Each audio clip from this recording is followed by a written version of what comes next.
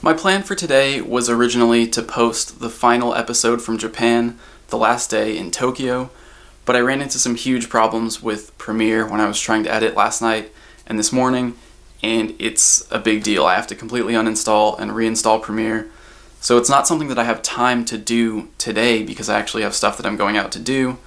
I won't be able to do it tomorrow. Hopefully I can get it done before Q&A for Sunday.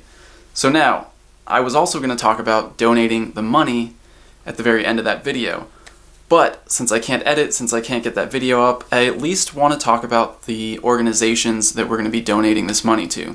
So in total, we raised $18,935. From that, GoFundMe and WePay took their fees, and I withdrew $17,086.49. Now, $1,200 of that went to the cost of the trip, that's the flight, the hotels, the train there, but I managed to spend $874.60 in the Tohoku region. That's money that I spent in the areas that were affected by the tsunami. That includes food. I paid for the dinner the first night where you saw us all with the English teachers who were living out there in Japan. That includes the money spent at Pokemon Center Tohoku in Sendai. That includes the Kokeshi doll and, all the other small stuff that I bought, the flowers, the French fries. So I did spend a little bit of money. I didn't spend as much of it as I would have liked to on local business, on small business, because those things were hard to find. And a lot of people suggested, why don't you just tip? Why don't you just pay extra? And unfortunately, it's actually considered very rude to tip in Japan, and most people just won't accept tips. They won't accept extra money. The cab driver wouldn't even keep an extra $1 when we paid a little bit too much. He made sure that we stayed there to get our change. He would not keep it. So if that was an option, I definitely would have been doing that.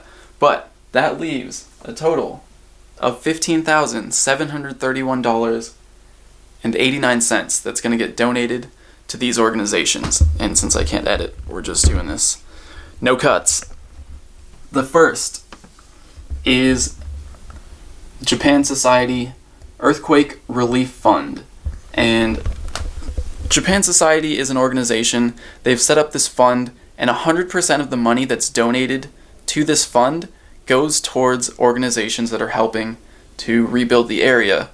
And there's no administrative costs for Japan Society. All of the money gets sent to them, and they decide how to divide that up between people that are working in the region.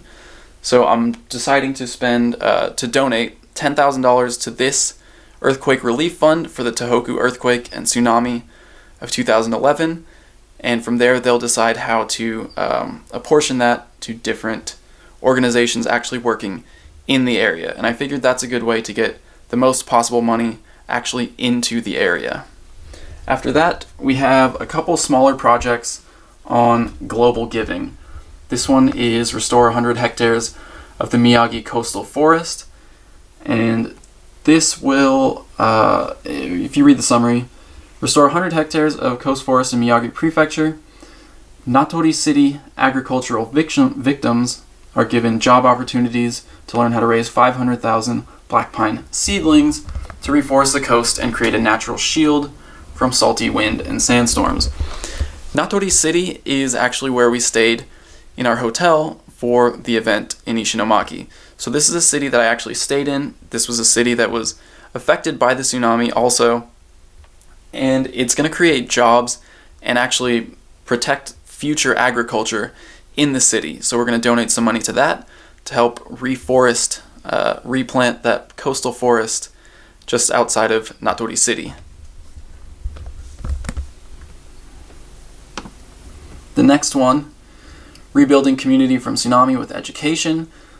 This is a project in Ogatsu, northern Japan, which lost 80% of its town from the tsunami.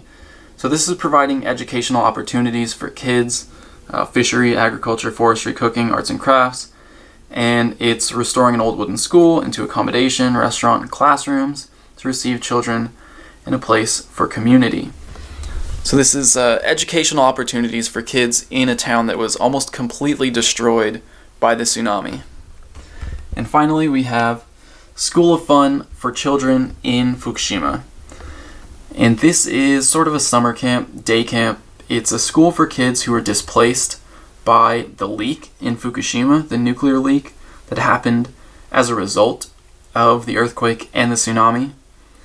So they have a series of indoor-outdoor camps to give these children what they miss and more, playing and learning opportunities with university professors, corporate researchers, artists, athletes, etc. So that money is going to go towards creating experiences for those kids who were displaced by the nuclear leaks in Fukushima and who missed out on probably a lot of school and a lot of opportunity and a lot of time with their friends. So those are the 4 organizations that this money is going to get divided up between.